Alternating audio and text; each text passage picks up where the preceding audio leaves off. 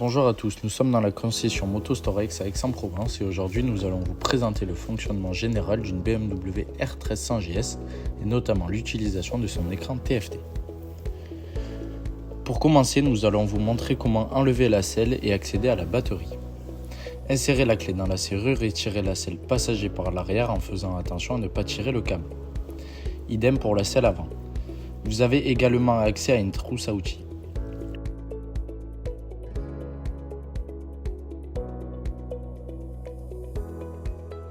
Pour remettre la selle, faire attention de mettre les encoches dans les trous.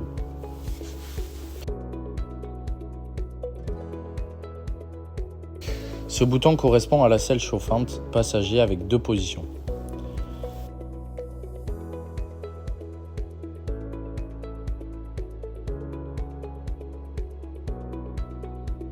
Devant le réservoir se situe un petit rangement pour positionner son téléphone par exemple et dans le fond se trouve une prise USB. Pour ouvrir la trappe à carburant, le contact doit être coupé, il suffit de soulever la petite encoche. Pour mettre les phares, le bouton se situe sur le commodo à gauche, à l'arrière. Il faut pousser pour être en plein phare et tirer vers nous pour faire des appels de phare. Le régulateur de vitesse se situe du même côté, il faut pousser le bouton vers la gauche pour libérer la languette de contrôle. Vers l'avant, j'augmente la vitesse, vers moi, je la baisse. Le bouton de warning se situe ici.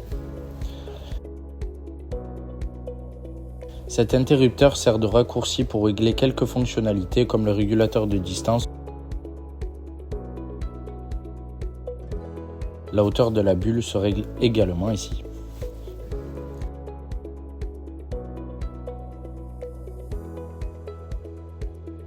Le DTC correspond à l'anti-patinage. L'amortissement peut être réglé à ce niveau en mode road ou dynamique pour plus de fermeté. Le correcteur d'assiette en option permet de baisser ou relever la moto en fonction de votre taille pour une maniabilité de la moto beaucoup plus simple à l'arrêt. Sur l'écran TFT, on a les informations suivantes. Le contour, les km/h, le rapport de vitesse engagé, le mode de conduite, l'indication des poignées et de la selle chauffante. On peut faire défiler les informations en haut de l'écran via cette commande. Ces informations peuvent être épurées dans les réglages de la moto, nous le verrons tout à l'heure. Les clignotants se situent sur le commodo de gauche ainsi que le klaxon. Pour bloquer le guidon, il faut couper le contact avec l'interrupteur à droite, tourner le guidon au maximum à gauche et rester appuyé sur l'interrupteur jusqu'à entendre le mécanisme.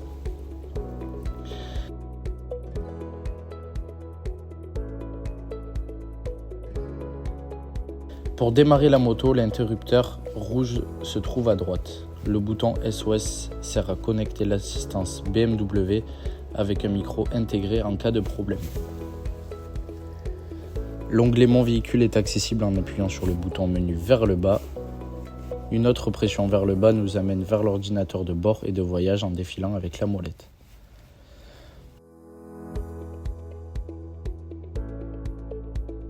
Sur cet écran est visible la pression des pneus, de 5 à l'avant et de 9 à l'arrière. On peut aussi visualiser la date du prochain entretien dont l'intervalle est de 1 an ou 10 000 km. Nous allons voir pour connecter le téléphone à sa moto. Défiler jusqu'à l'onglet Réglages et descendre jusqu'à Connexion. Appuyer sur la molette vers la droite jusqu'à accéder à ajouter un nouvel appareil mobile.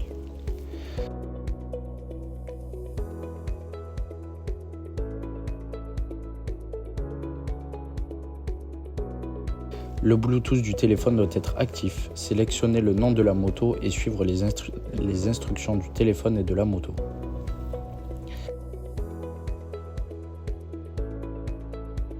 L'application BMW Motorrad installée sur votre téléphone vous donnera accès à l'onglet Navigation. Vous pouvez voir afficher le panneau 50 km/h après avoir connecté votre téléphone avec l'application. Dans l'onglet Réglages, au niveau de Assist, on peut régler la dureté de chaque mode d'amortissement.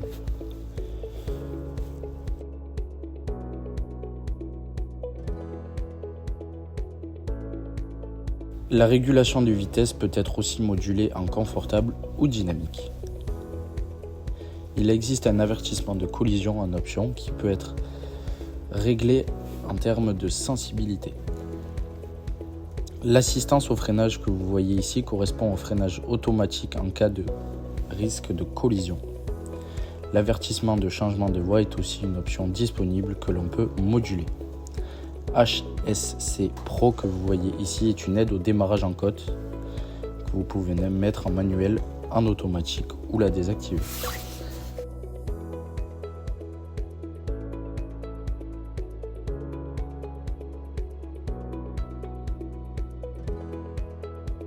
Dans les réglages du véhicule que vous voyez ici, on va retrouver l'alarme avec toutes ces options.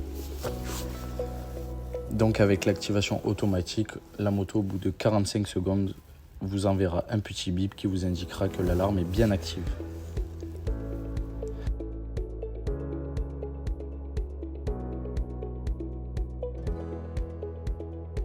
Attention de laisser activer le RDC qui est le capteur de pression des pneus. Dans l'éclairage, vous pourrez activer les feux supplémentaires si vous avez pris l'option.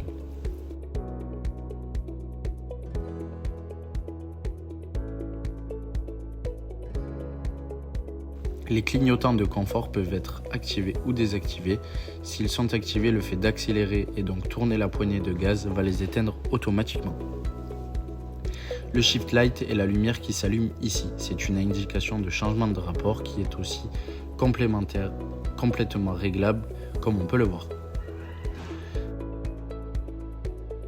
La sélection des modes de conduite permet d'éliminer ou sélectionner les modes accessibles sur la moto et sont également réglables au besoin. Les modes pro sont entièrement personnalisables.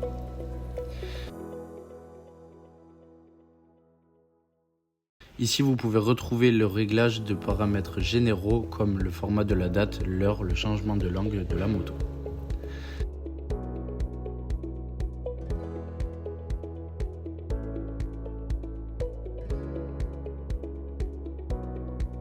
Si on trouve dans l'onglet Connexion vu tout à l'heure, on retrouve les connexions au téléphone mais aussi au casque qui peuvent être connectés par deux à une même moto.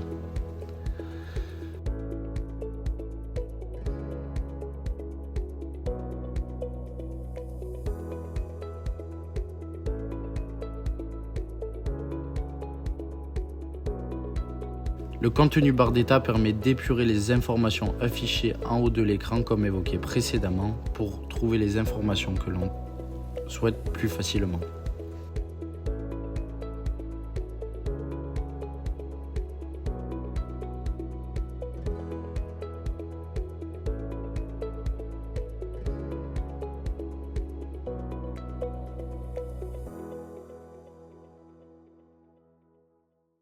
Il est évidemment possible de réinitialiser l'ensemble de ces réglages pour revenir aux réglages d'usine.